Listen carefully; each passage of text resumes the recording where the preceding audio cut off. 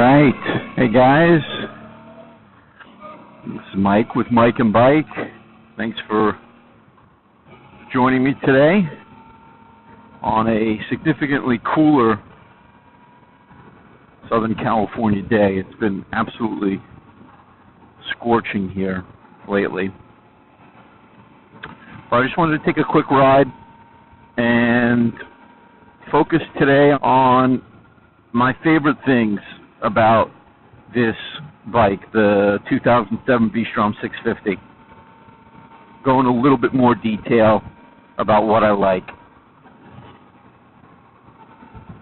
These aren't in any particular order, but I will start with one that is pretty, what would seem to be kind of insignificant, but is pretty significant, which is the tank size. I'm going to put the tank size up on a graphic to tell you exactly how big it is. But what I love is that I fill it up and basically don't worry about it for a while. And of course, with the fuel gauge on the dash, I know exactly what my fuel situation is. Now, this is important to me, or I should say it's significant to me, because many of the bikes that I've owned didn't have that kind of setup. For example, KLR 650s, although they have a fantastically large fuel tank, there's no gauge to tell you where you are. Now, you know, it's not the biggest deal in the world, because on the KLR you just reset your trip meter. But I will say that it's very convenient having the digital fuel gauge. And then on my Yamaha XT250, that didn't have a fuel gauge or a large tank. The tank was like 2.5 gallons, something like that. So even though it got good mileage, I was filling up quite a bit. So I love the fuel tank size on this bike and the range that it affords me. That would be the first thing that I'm going to talk about. Another thing that I love is the reliability of this bike. Suzuki makes a fantastic bike. The build quality is great, the switchgear is great, and it's very reliable. I mean, you have to do very little maintenance on the bikes to keep them running. I mean, there are plenty of high mileage V-Stroms out there, very high mileage V-Stroms, and all they've done is basic maintenance, you know, oil changes and things like that. So it's really comforting to know that you're on a reliable bike that's not going to strand you somewhere. Now, I think that's the case with most of the Japanese bikes. I've owned only Japanese bikes. They just have that kind of reputation, that kind of reliability, and in all my years of driving Japanese cars and owning Japanese motorcycles, it's been my experience as well. You basically buy the bike, you do the basic maintenance, and generally speaking, you're not going to have any issues, or you'll have very, very few issues. And while I completely admire and respect the European bikes in terms of their engineering prowess, their quality, I've always shied away from purchasing them because I just don't have faith in them in terms of reliability. And I also believe, just from reading all kinds of information, that they're not the easiest bikes to work on. Now, obviously, some are easier than others, but I tend to do my own wrenching, and you know, I like to be able to do that. And I don't know how possible that is with the European bikes, unless you're super experienced wrencher, which I'm not. So reliability is definitely an important factor and something that I love about this bike. Another thing would be its engine and performance. So it's a 650 V-twin engine, and it's got 60-something horsepower. I'll put the exact amount on the screen. I don't care about exact horsepower numbers, obviously, because otherwise I would remember it. I just know that it's very smooth, has plenty of power for me, and the performance is just great. I mean, I'm not someone who requires a tremendous amount of power. Then again, I do like the ability to have power on tap. I mean, certainly I didn't get that with my XT250.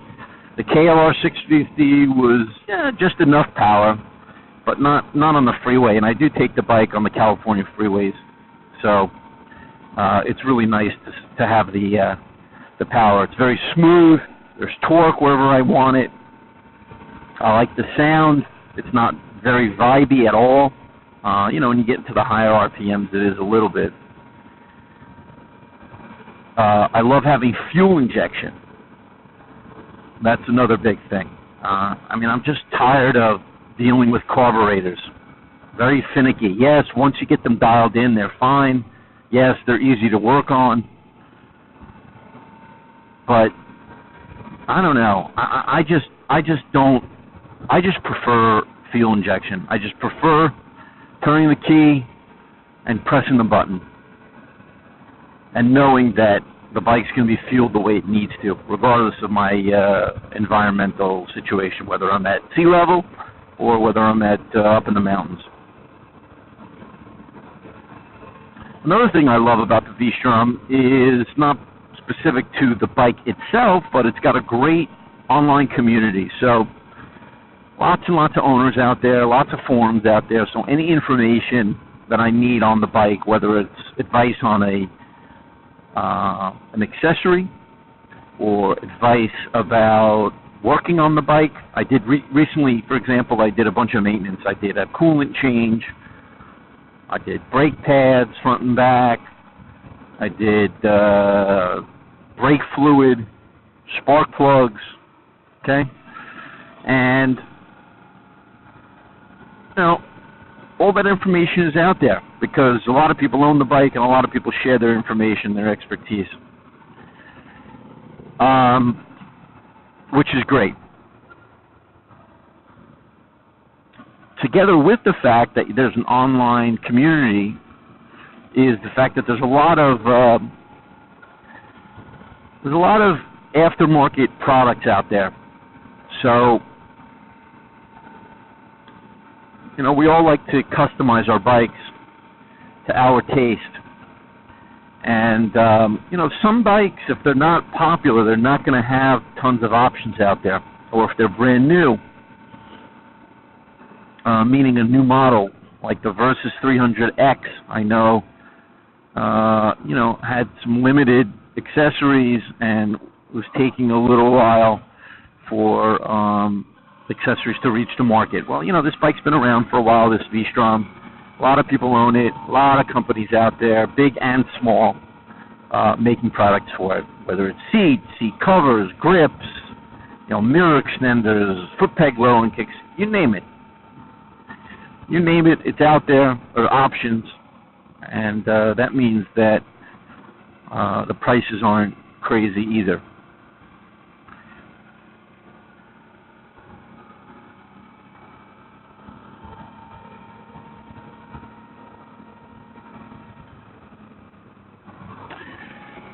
I think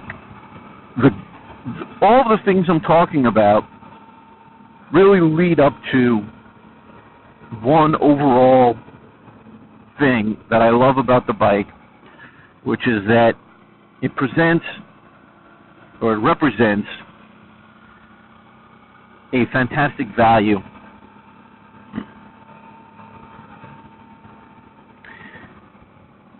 The bike, brand new, is cheaper than other larger or mid-size adventure bikes or touring, adventure touring bikes. And used, I mean, it's just a phenomenal buy on the used market. I mean, because it's so reliable, you can buy an older bike and not worry about it as long as it's been treated well. And most people who are, I mean, this is a generalization, but most people who are buying V-Stroms are treating them fairly well. I mean, you can tell if a bike's been taken into the dirt and abused that way. I mean, I don't think this bike is a dirt bike in any way, shape, or form. But people do what they want with it. But because it's so reliable, you really can get such an amazing deal. I mean, I paid $3,500 for this bike. It's got, it had 4,000 miles on it when I bought it. It's a couple months ago, and it's got, I put on 1,000 miles since I got it. But, for $3,500, I'm getting all this. I mean, it's amazing. Really, it's amazing. So, those are the things that I really love about this bike. And I am going to do a video about the few things that I don't like about the bike, but there's nothing about the bike that I hate. Just a couple things that I wish were different. There's no such thing as a perfect bike. So, anyway, if you have any questions about this bike, I would love to be able to answer them for you as I get stuck behind a wastewater truck on a beautiful mountain road. And anyway, so listen, thanks for stopping by. Thanks for listening. I hope that some of my information can be helpful to those out there looking for a good bike. I know that when I look for a bike, I can never have too much information, too many opinions, so I'm giving you mine. All right. Oh, he's letting me pass. Thank you so much. That was nice of him. All right, guys. Take care, and I will see you soon.